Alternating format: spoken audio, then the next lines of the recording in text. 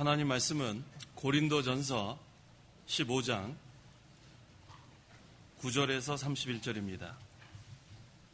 고린도전서 15장 9절부터 제가 봉독하겠습니다. 나는 사도들 가운데 가장 작은 자이다. 내가 하나님의 교회를 박해하였으므로 나는 사도라 불릴 자격이 없다. 그러나 내가 지금의 나 된 것은 하나님의 은혜로 된 것이다. 내게 주신 그분의 은혜가 헛되지 않아 내가 모든 사도보다 더 많이 수고하였으나 이것은 내가 한 것이 아니고 오직 나와 함께 하신 하나님의 은혜로 한 것이다. 그러므로 나나 그들이나 할 것 없이 우리는 이렇게 전파하고 있으며 너희도 이렇게 믿었다. 그리스도께서 죽은 자들 가운데서 살리심을 받으셨다고 전파되었는데 어찌하여 너희 가운데 어떤 이들은 죽은 자의 부활이 없다고 말하느냐. 만일 죽은 자의 부활이 없으면 그리스도께서도 살리심을 받지 못하셨을 것이다.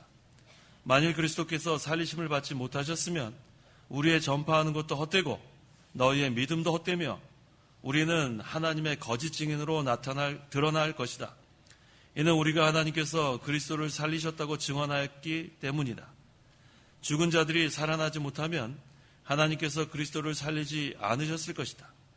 죽은 자들이 살아나지 못하면 그리스도께서도 살리심을 받지 못하셨을 것이다. 그리스도께서 다시 살리심을 받지 못하셨으면 너희의 믿음도 헛되고 너희는 여전히 너희의 죄 가운데 있으며 그리스도 안에서 잠든 자들도 망하였을 것이다. 우리가 그리스도 안에서 바라는 것이 이생뿐이라면 모든 사람들 가운데 우리가 가장 불쌍한 자들이다. 그러나 이제 그리스도께서 죽은 자들 가운데서 살리심을 받아 잠자는 자들의 첫 열매가 되셨다. 사망이 한 사람으로 말미암았으니 죽은 자들의 부활도 한 사람으로 말미암는다.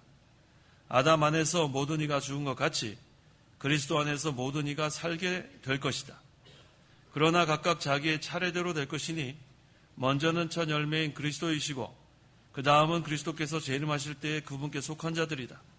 그 다음은 마지막인데 그때는 그분께서 모든 권력과 모든 권세와 권능을 없애버리시고 그 나라를 하나님 아버지께 바치실 때이다. 그분께서 모든 원수들을 그 발 아래에 두실 때까지 다스리실 것이니 마지막으로 멸망받을 원수는 사망이다. 성경에 말하기를 그분께서 만물을 자신의 발 아래 복종하게 하셨다 하였으니 모든 것을 발 아래 복종하게 하신다고 말씀하실 때에 모든 것을 그분께 복종하게 하신 분은 그 가운데 들지 않은 것이 분명하다. 모든 것을 그분께 복종하게 하실 때에는 아들 자신도 모든 것을 자신에게 복종하게 하신 분께 복종하게 될 것이다. 이는 하나님께서 만유 안에서 만유의 주님이 되시려는 것이다. 그렇지 않으면 죽은 자들을 위하여 세례를 받는 자들은 왜 그렇게 하는 것이냐? 죽은 자들이 도무지 다시 살아나지 못한다면 왜 그들을 위하여 세례를 받느냐? 또 우리가 왜 시간마다 위험을 무릅쓰고 있느냐? 형제들아, 내가 그리스도 예수 우리 주님 안에서 너희를 자랑하는 나의 자랑으로 단언하는데 나는 날마다 죽는다. 31절까지 봉독했습니다. 10절 상반절에 내가 지금의 나 된 것은 하나님의 은혜로 된 것이다 라고 했습니다. 우리가 하나님의 은혜로 예수님을 믿어 구원을 받아 지금 이 시간까지 몇십 년 동안 살아온 것도 하나님의 은혜로 된 거고 또 한 해 동안도 하나님의 은혜로 우리가 살아올 수 있었습니다. 그래서 이 말씀을 근거로 이 시간 증거의 말씀의 제목은 하나님의 은혜로 된 것이다. 하나님의 은혜로 된 것이다 라는 제목으로 말씀 증거하겠습니다. 9절 나는 사도들 가운데 작은 자이다. 내가 하나님의 교회를 박해하였으므로 나는 사도라 불릴 자격이 없다. 사도 바울은 사도들 가운데 가장 작은 자라고 했습니다. 왜 자신을 사도들 가운데 가장 작은 자라고 했는가? 과거의 자기를 알기 때문입니다. 과거에 사울이었을 때 하나님의 교회를 박해했는데 지금은 사도라고 불리는 것이 너무너무 감사했어요. 그래서 하나님께서 또 예수님께서 불러주셔서 사도로 이렇게 세워주신 거 너무 감사한데 그런데도 자기가 자격이 없는 걸 알고 나는 사도들 가운데 가장 작은 자이다. 그러면서 자신의 과거의 일을 언급합니다. 내가 하나님의 교회를 박해하였으므로 나는 사도라 불릴 자격이 없다. 하나님께서는 이러한 자를 기뻐하시는 거예요. 자격이 없다고 생각하는데 그렇게 얘기하는 사람이 사실은 자격이 있는 자예요. 하나님께서 우리를 불러주신 것은 자격이 있어서 부른 게 아니라 충성되어 여겨서 충성하라고 우리를 불러주셨습니다. 그래서 우리는 자격이 없는 것을 본인은 알지만 하나님 입장에서는 충성하라고 자격을 부여하신 거예요. 그래서 감사합니다. 그래서 우리는 날마다 자기를 부인하는 생활을 하고 또 하나님은 우리에게 충성하라고 자격을 주시고 능력을 주셔서 하나님의 일은 하나하나 되어져 나가는 것입니다. 그래서 사도 바울은 사도들 가운데 가장 작은 자라고도 했고 또 죄인 가운데 괴수라고도 했어요. 죄인인데 그 가운데서도 괴수다. 이게 바로 자기를 부인하는 태도입니다. 그런데 사실은 하나님께서 사도 바울을 크게 사용했습니다. 이게 하나님의 방법이에요. 10절 그러나 내가 지금에 나된 것은 하나님의 은혜로 된 것이다. 내게 주신 그분의 은혜가 헛되지 않아 내가 모든 사도보다 더 많이 수고하였으나 이것은 내가 한 것이 아니고 오직 나와 함께 하신 하나님의 은혜로 한 것이다. 고린도전서 15장 10절은 우리의 간증이 돼야 합니다. 모든 성도들의 간증이 돼야 돼. 내가 지금에 나된 것은 하나님의 은혜로 된 것이다. 한번 따라해 보세요. 내가 지금에 나된 것은 하나님의 은혜로 된 것이다. 이게 우리의 믿음이고 우리의 간증이고 하나님의 은혜로 현재 내 모습이 지금 이루어진 거예요. 내가 노력하고 내가 최선을 다한 것 같지만 실제로는 하나님의 은혜로 된 것입니다. 그래서 앞으로 우리 성도 여러분들이 무슨 책을 쓴다든지 또 뭐 자서전 쓰시는 분 계시지 않겠어요? 또 여러 가지 뭐 그러한 것을 사람들에게 알릴 때에는 이 성경 구절을 그 맨 앞에다 쓰세요. 하나님 기뻐하십니다. 모든 영광은 하나님께 돌린다는 뜻이에요. 내가 지금에 나된 것은 하나님의 은혜로 된 것이다. 고린도전서 15장 10절. 그 모든 영광은 하나님께 돌아가는 거예요. 사도 바울은 이것을 깨달았어요. 그래서 사도 바울은 하나님의 일에 충성할 수 있었습니다. 내 노력으로 내가 최선을 다해서 하는 게 아니라 나의 나된 것은 하나님의 은혜로 된 것이다. 내가 이 정도까지 만들어진 것도 하나님의 은혜로 된 것이다. 앞으로 내가 더 만들어져야 되는 것도 하나님의 은혜로만 되는 것이다. 이것을 깨달으니까 자기가 한 것은 하나도 없어요. 세례 요한도 그는 흥해야 되겠고 나는 쇠해야 된다. 모든 영광은 하나님께 예수님만 흥하고 모든 것은 은혜로 된 것으로 인정할 때에 세례 요한과 같이 사도 바울과 같이 하나님의 일에 크게 사용이 됩니다. 11절 그러므로 나나 그들이나 할 것 없이 우리는 이렇게 전파하고 있으며 너희도 이렇게 믿었다. 모든 성도들이 믿는 것은 예수 그리스도의 부활이에요. 지금 사도 바울이 내가 지금에 나된 것은 이것의 시작은 뭐냐면 예수님을 믿어서 그리스도와 연합이 됐기 때문에 이렇게 고백하는 거예요. 내가 지금에 나된 것, 우리 모든 성도 여러분께서 현재의 하나님의 자녀가 된 것, 하나님의 백성이 된 것은 바로 그리스도와 연합으로부터 시작됩니다. 그러니까 그리스도와의 연합은 바로 예수님의 죽음은 나의 죽음, 그 다음에 예수님의 부활은 나의 부활. 그래서 우리의 옛사람은 다 십자가에 못 박혔고 이제 우리가 새 사람으로 살게 된 것, 이게 바로 하나님의 은혜예요. 그래서 사도 바울이나 모든 그런 고린도 교인들이나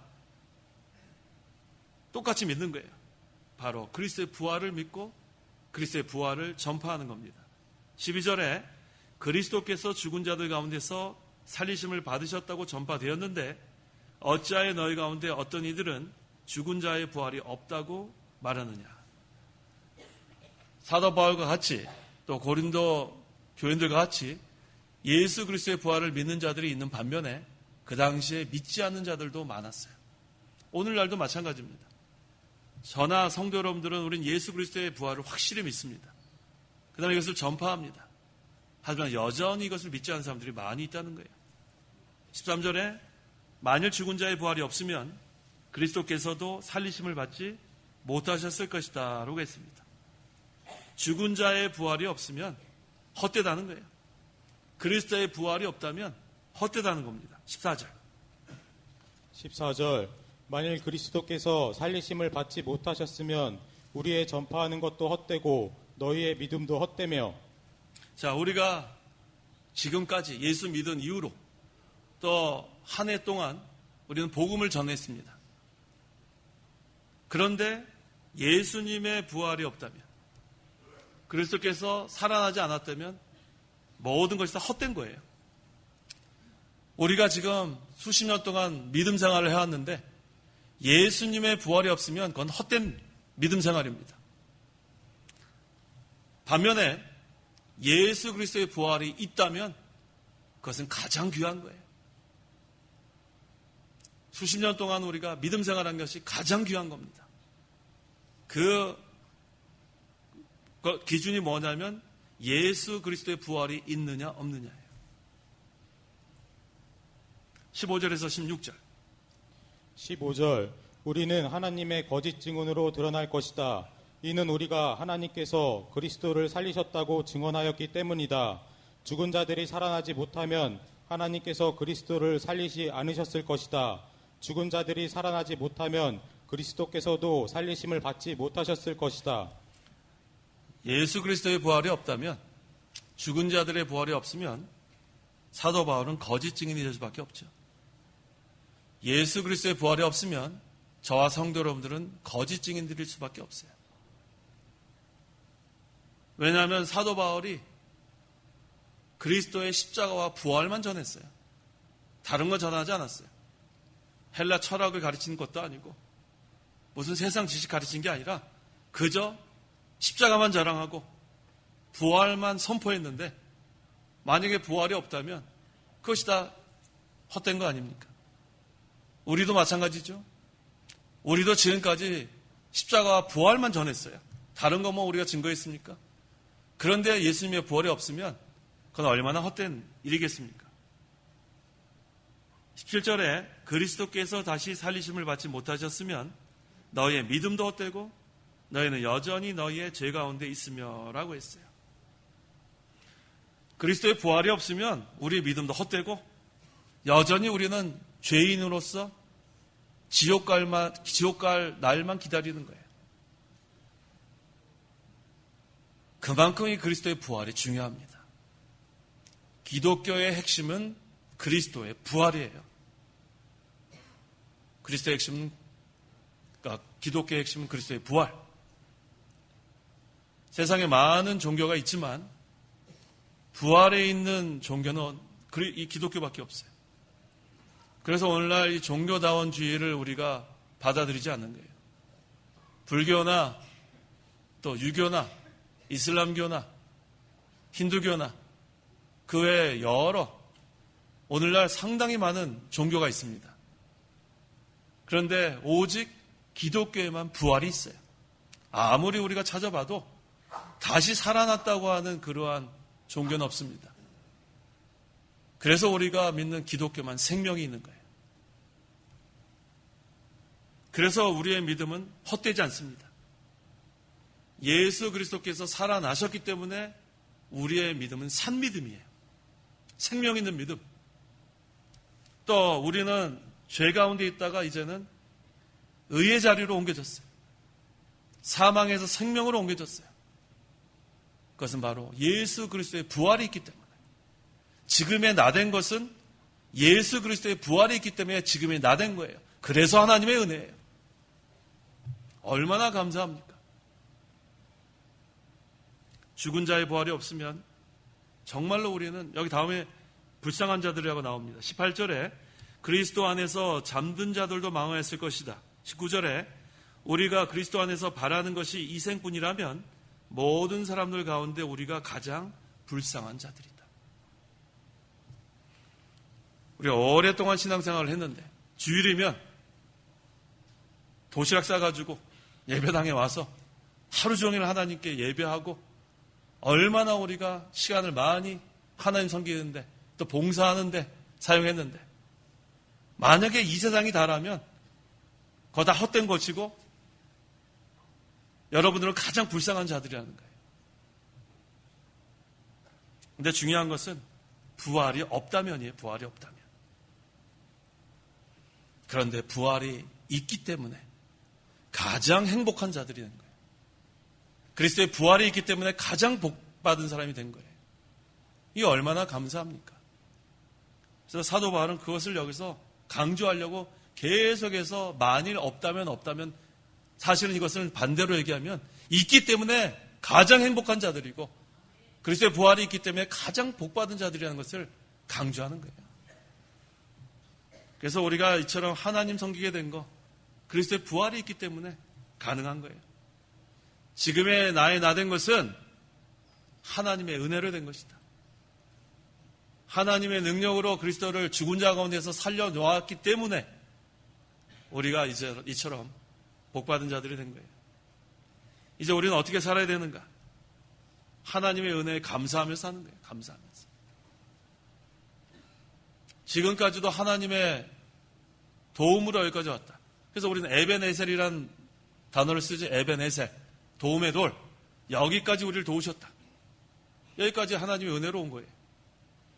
그 다음에 또 앞으로도 우리에게 준비하신 하나님 뭐라고 불러요? 여호와 이레의 하나님. 앞으로도 걱정할 게 없어요. 하나님의 은혜로 될 겁니다. 또 임마누엘 하나님. 하나님이 우리와 함께 하신다. 여호와 니시. 승리의 하나님. 여호와 삼마. 하나님이 그곳에 계신다. 뭐 얼마나 하나님의 이름이 많이 곳곳에 선포되는지 몰라요. 우리는 모든 것이 하나님의 은혜예요. 더 감사한 것은 세상 사람들은 하나님을 모르고 하나님과 관계가 없기 때문에 잘못된 길로 가도 하나님 내버려 둡니다.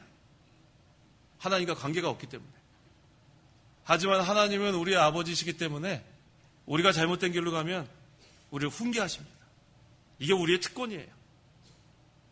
아버지가 자녀를 훈계하는 게 그 자녀를 사랑하기 때문에 훈계하죠. 옆집 아이가 잘못돼도 그렇게 가서 훈계하지 않죠. 그냥 내버려 두는 거예요. 하지만 자기 자녀는 매를 들어서라도 바로 세우려고 하는 게 아버지의 마음입니다. 한 해 동안 하나님의 훈계 많이 받은 거 감사해야 돼요. 훈계는 훈련과 징계의 합성어예요. 트레이닝도 하시고 그 다음에 체이슨, 매를 들기도 하는 거예요. 합해서 디서플린. 그래서 훈계. 하나님 우리를 훈련도 시키시고 징계도 하시고 그 이유는 우리를 너무너무 사랑하시기 때문에. 이게 바로 하나님의 은혜라는 거예요.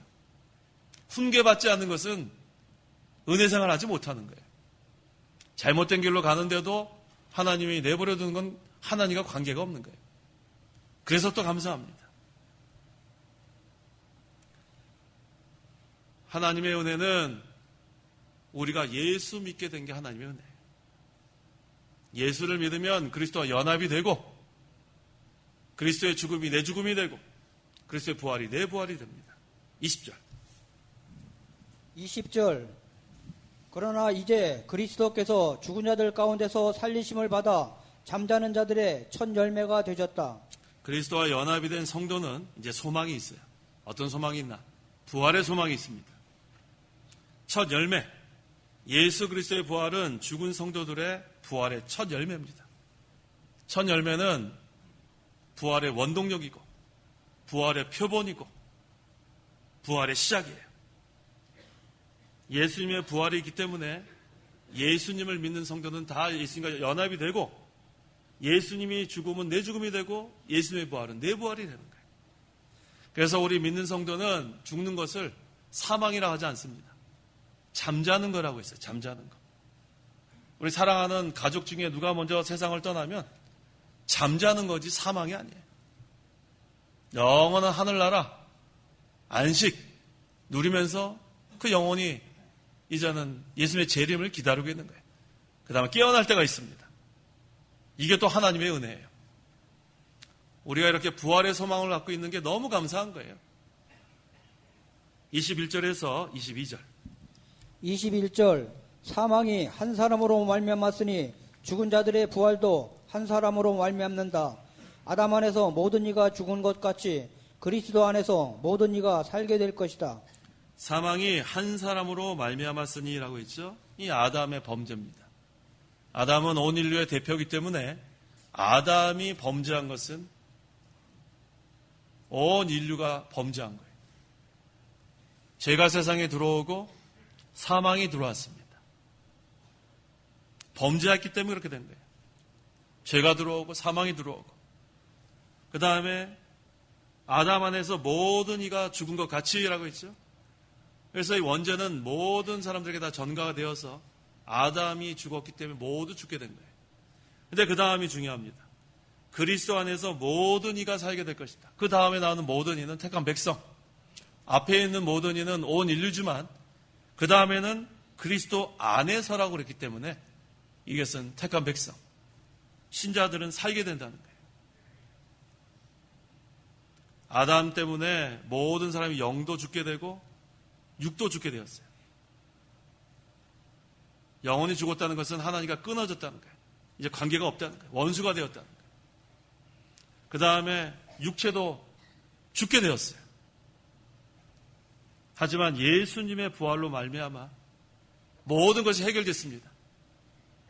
우리의 죽었던 영혼도 살아나고 하나님과 다시 연결이 되고 이제 하나님과 영적으로 교통하게 되고 그 다음에 우리의 육체 한 번은 다 죽게 되는데 이 영혼과 육체는 분리하게 됩니다. 분리가 돼요.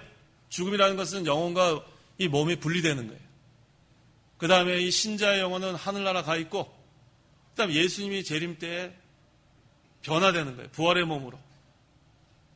죽었던 자가 다시 깨어나는 것처럼. 이게 얼마나 감사해요. 부활의 소망. 그래서 우리보다 먼저 세상을 떠난 사랑하는 가족, 믿는 가족, 하늘나라 영혼이 다 가 있고 이제 예수님 재림 때는 다 만나는 거예요. 부활의 몸으로. 이게 바로 우리의 소망입니다. 그런데 여기 부활할 땐 순서가 있다고 했습니다. 23절. 그러나 각각 자기의 차례대로 될 것이니 먼저는 첫 열매인 그리스도이시고 그 다음은 그리스도께서 재림하실 때에 그분께 속한 자들이다. 각각 자기의 차례대로 될 것이니라고 했죠. 첫째, 그리스도의 부활이 있습니다. 그래서 그리스도는 부활의 첫 열매예요. 부활의 시작, 부활의 원동력. 그 다음에 둘째는 예수님께서 당시에 부활하실 당시에 자던 성도들이 일어난 거예요. 이들은 오실 그리스도를 믿고 죽은 구약 성도들이겠죠. 자, 그래서 예수님께서 부활하실 당시에 자던 성도들, 오실 그리스도를 믿어 구원받은 구약 성도들을 말합니다. 그 다음 세 번째는 예수님 재림하실 때 무덤에서 자던 성도, 그 영혼이 이미 하늘나라 가 있는 그 성도들. 네 번째는 예수님 재림하실 때 살아있는 성도. 우리가 예수님 만약에 살아있을 때 재림하시면 우리가 홀연히 부활의 몸으로 예수님 맞이하는 거예요. 다섯째는 그리스도 재림 후에 죽은 성도들의 부활. 여섯째는 천년왕국 지나고 나서 살아있던 모든 성도 몸이 부활하는 것. 그래서 이렇게 첫째에서 여섯째까지를 첫째 부활이라고 합니다. 이것은 신자들의 부활을 말하는 거예요. 신자들의 부활. 믿는 자들. 그 다음에 불택자들, 불신자들의 부활. 이것은 둘째 부활이라고 합니다. 요한계시록 20장 4절 이하에 증거되고 있어요. 이처럼 신자의 부활과 불신자의 부활이 이렇게 나눠집니다. 24절. 그 다음은 마지막인데 그때는 그분께서 모든 권력과 모든 권세와 권능을 없애버리시고 그 나라를 하나님 아버지께 바치실 때이다. 자, 마지막 때는 어떻게 되는가? 하나님의 뜻에 어긋나는 것은 다 멸망된다는 거예요. 하나님의 뜻에 어긋나는 것. 모든 것은 다 하나님의 뜻대로 해야 합니다. 하나님 뜻대로 이루어지는데 마지막에 하나님 뜻에 어긋나는 모든 권력, 모든 권세, 권능은 다 없어집니다. 하나님만 홀로 능력의 하나님으로, 만능의 하나님으로 남는 거예요. 그래서 그리스도께서 이제 세상 끝에 이 세상 나라와 불순종하는 세력들을 모두 정복하여 하나님께 복종시키는 거예요. 25절, 그분께서 모든 원수들을 그 발 아래 두실 때까지 다스리실 것이니 라고 했죠. 부활하신 그리스도께서 하늘과 땅과 그 가운데 있는 모든 권세를 다 가지고 계시는 거예요. 그 다음에는 모든 원수를 정복하고 예수님 발 아래 다 두는 거예요. 그래서 예수님은 만왕의 왕이 되시는 거예요. 만왕의 왕, 왕중왕, 만주의 주. 모든 주라고 떠들던 자들은 다 무릎을 꿇게 됩니다. 모두 왕이라고 떠들던 사람들은 다 무릎을 꿇게 되는 거예요. 그것을 완전 정복이라고 합니다. 그리스도 발 앞에 다 무릎을 꿇게 돼 있어요. 마지막에는 26절에 마지막으로 멸망받을 원수는 사망이다. 사망도 마지막에는 다 멸망하게 되어서 죽음이 영원히 없어지는 거예요. 이게 완전 정복이에요. 사람들이 제일 두려워하는 게 죽음이에요. 죽음의 공포. 죽으면 어떻게 할까? 하지만 그리스도의 부활로 말미암아 죽음에 대한 공포가 없어요. 죄와 사망과 마귀의 권세 아래 종노릇하던 자들이 다 해방이 되어서 이제는 우리가 두려움이 없어졌어요. 담대하게 됐습니다. 이게 하나님의 은혜예요. 27절 성경에 말하기를 그분께서 만물을 자신의 발 아래 복종하게 하셨다 하였으니 모든 것을 발 아래 복종하게 하신다고 말씀하실 때에 모든 것을 그분께 복종하게 하신 분은 그 가운데 들지 않은 것이 분명하다. 예수님은 만물을 창조하신 창조자고 더불어 하나님의 아들이에요.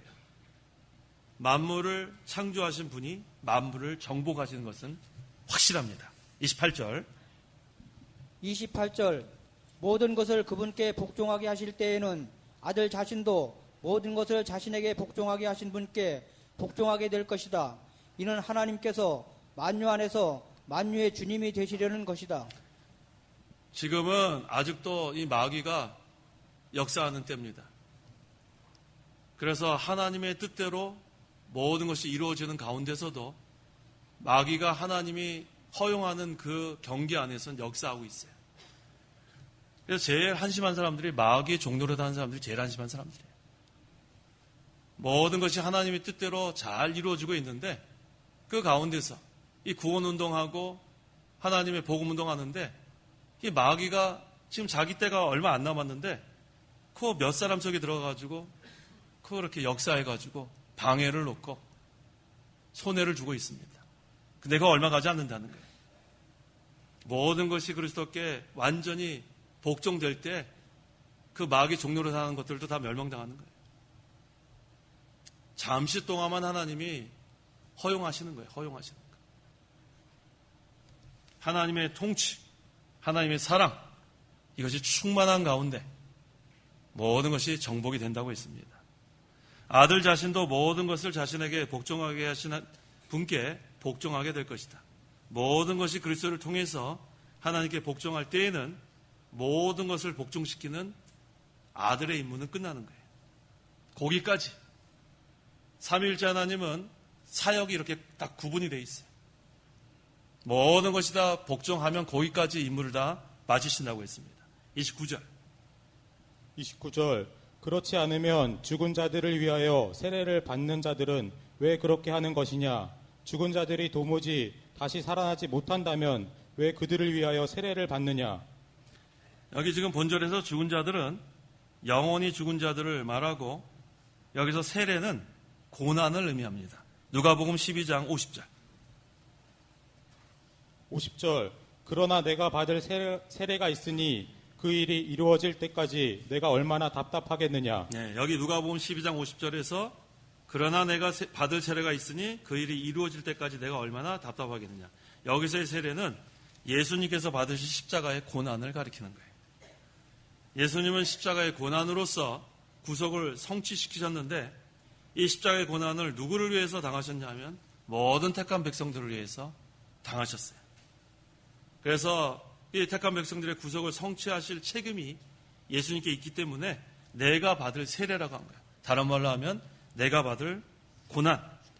그래서 이게 29절에 있는 이 세례도 바로 고난을 의미합니다.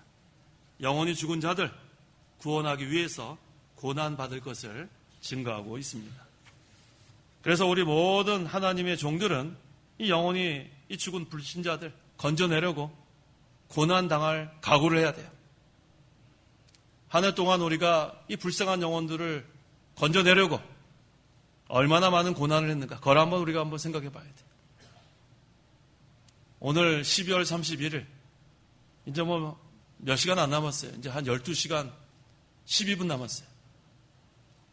그러면 내가 이제 또 한 살 먹는구나. 그런데 관심 갖지 말고 한 해 동안에 내가 복음을 위해서 얼마만큼 고난을 받았는가 한번 생각해 볼 시간이에요. 하나님께서 나의 나 된 것은 하나님의 은혜로 된 것이라고 했는데 나는 이렇게 하나님의 은혜로 구원도 받았고 한 해 동안 하나님의 은혜로 이렇게 살아가고 있는데 아직도 구원받지 못하는 저 불쌍한 영혼들, 과연 내가 얼마나 그들을 위해서 고난을 당했는가, 그걸 한번 우리가 생각해 볼 필요가 있습니다. 나의 나 된 것은 하나님의 은혜로 된 것이다. 거기에서 감격해서 끝나는 게 아니라 구속의 은혜에 감격하고 감사할 뿐만 아니라 이제는 이 불쌍한 영혼들을 생각할 때입니다.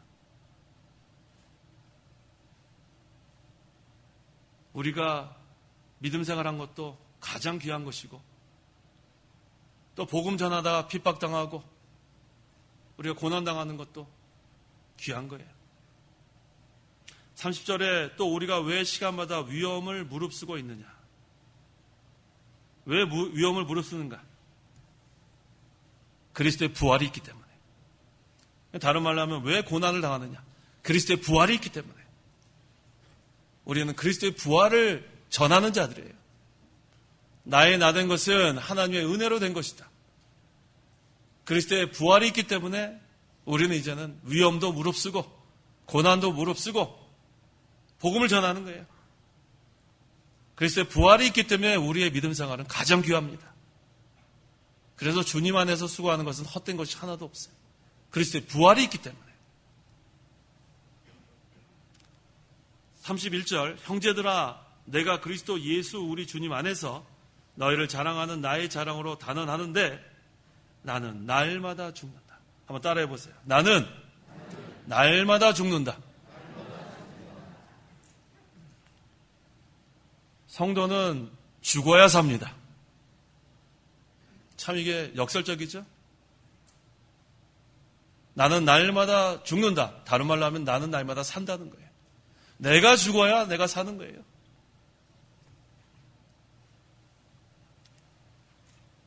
우리가 자기를 쳐서 복종시켜야 그리스도의 생명의 역사가 있기 때문입니다. 나의 나 된 것은 하나님의 은혜로 된 것이다. 말로만 하는 게 아니라 나는 날마다 죽어야 그 은혜 생활이 계속 되는 거예요. 내가 아직도 살아서 내 생각대로, 내 주장대로, 내 계획대로 하면 입으로는 나의 나 된 것은 하나님의 은혜로 된 것이다 하면서 내 노력으로 된 것이다 얘기하는 것과 다를 바가 없어요. 내가 죽는 자가 바로 나의 나 된 것은 하나님의 은혜로 된 것이라고 고백하는 자예요. 나는 날마다 죽는다. 다른 말로 하면 나는 날마다 산다는 거예요. 그리스도께서 내 안에서 살아나시는 거예요. 그리스도께서 내 안에서 역사하시는 거예요. 그 다음에는 이것은 만능이에요. 내게 능치 못할 것이 없습니다. 나의 나 된 것은 하나님의 은혜로 된 것이다. 다른 말로 하면 나는 날마다 죽는다. 모든 것이 하나님의 은혜로 된 것이다. 하나님의 능력으로 된 것이다. 그렇게 되면 그러면은 오늘 이 제목대로 하나님의 은혜로 된 것이다. 이것을 마음으로도 믿고 입으로도 고백하는 겁니다. 기도하십시오. 기도하겠습니다.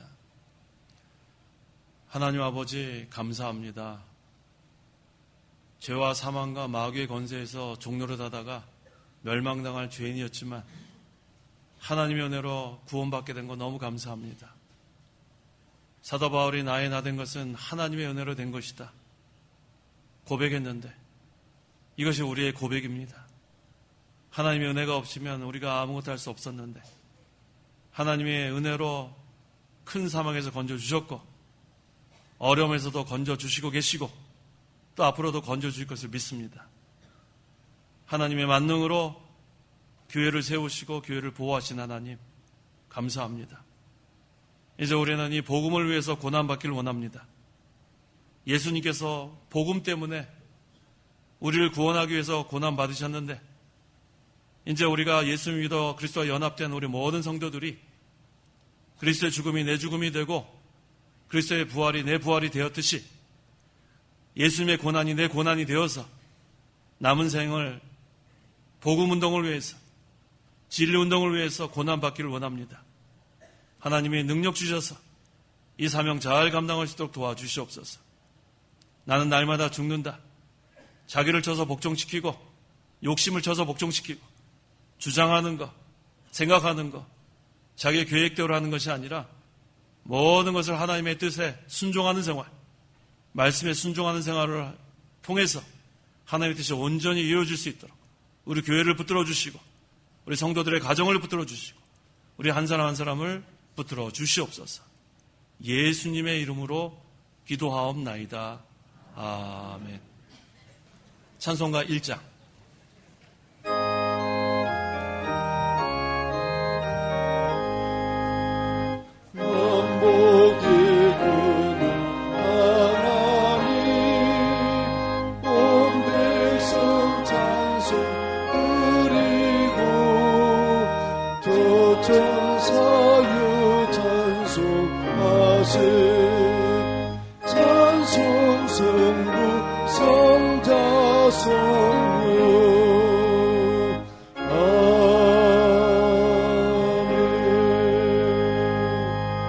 축도하겠습니다.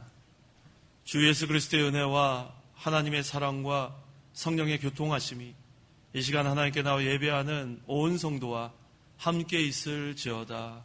아멘.